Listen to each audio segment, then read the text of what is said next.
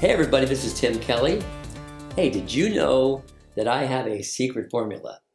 It's shared all over the world. It's my little secret sauce for making wonderfully toned black and whites the same way every single time.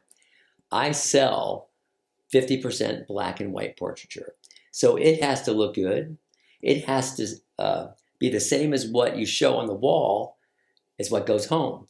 So I empathize if you've had a problem getting, the tones of black and white to be the same all the time.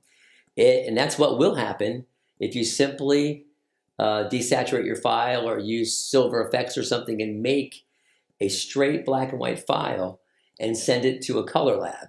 What could happen is if they're off just a point or two, either way, it could be bluish or greenish. It could be red or yellow. And I want none of that. I want it to be a beautiful sepia. I call it warm black. It's just barely sepia. The way I'm going to show you to do this today is I'm going to go to a screen capture. I'm going to show you the steps. It's so easy. But once you do it, you'll love me forever. So pay attention and stay with me. We're going to convert this color image to black and white, but then most importantly, we're going to tone it so that it has a beautiful tone that can never be misprinted. And I'm going to show you exactly why. We're looking right now at the conversion to black and white, which I use Silver Effects most of the time because I have it. There are other ways to achieve the look you want. But here is the gentle toning that we're going to do to make it just a little warmer. It is not trying to be antique. It's not really trying to be sepia. So it's when you make a print and it's hanging on the wall, it's pretty much imperceivable that it's anything but black and white. The problem with perfect black and white, neutral gray, is that if it's printed on a color material, if you print it on your inkjet without special setups for black and white, you could easily end up skewing to the blue, cyan, or green, which is unbecoming for a portrait. In a portrait, people image, I would rather have warm tones. So that's why we push it to the warm so that it cannot come out cold. So the reason that we use the slight warming skew, the action I've written, is that so this image, whether sent to a pro lab or to your own printer, should never come out green, cyan, or blue, which is very unbecoming for flesh tone, even in a neutral image or a graphic image. I would always rather people to be just a little warmer, and that's why I did this originally.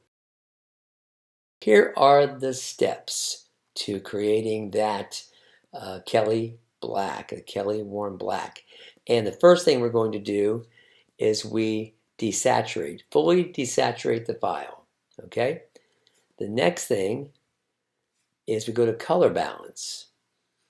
And the first thing is to the shadows, I add 3 red and I add 3 yellow. And I'm going to take you through this another new one just so we have it clear. The next is the midtones, and I add the 3 red. I add 2 magenta by minusing 2 green here, you can see, and I add 4 yellow. The highlights are +4 red, +4 yellow, which is really minus blue, just so you know. So those are the steps to making the tone. And, it just is tried and proven, and it's almost invisible to the eye when it's put in a frame. So what I'd like to show you now, I've gone back to this image in pure black and white. And over here in my actions palette, I have Kelly Warm. And the parts and pieces are desaturate, color balance, and then sometimes I pull down a little bit of the saturation. It's built into the numbers, and I save. I have that, and I use it every day. We're going to recreate one right now. So I will make a new action, and we'll call it Kelly Warm Black 2. And it might be a point different, but now we are recording. So what we're going to do is go to saturation, Apple U, and it's already been done, but we'll take it to 100%. That's done. Now we're going to go to color balance, Command B, and we're going to go to the 4, I know it was 3, red, 3, yellow, mids, I think at 2 red, a couple magenta, and about 3 yellow, highlights, 4 and 4. Okay, so what we have now is our toned image. Why the extra saturation is in there? Because I sometimes like to just look at it. So I'm going to go to Apple U, Command U, I'm sorry. I can take it in and out of here and see if indeed I want to keep it all. I can exaggerate it warmer, but 0 is what we've made. But you may say, I only want half that much. And that's fine. So we can do that. And we have now created the action. Kelly Warm Black 2. So what we can do is go to history.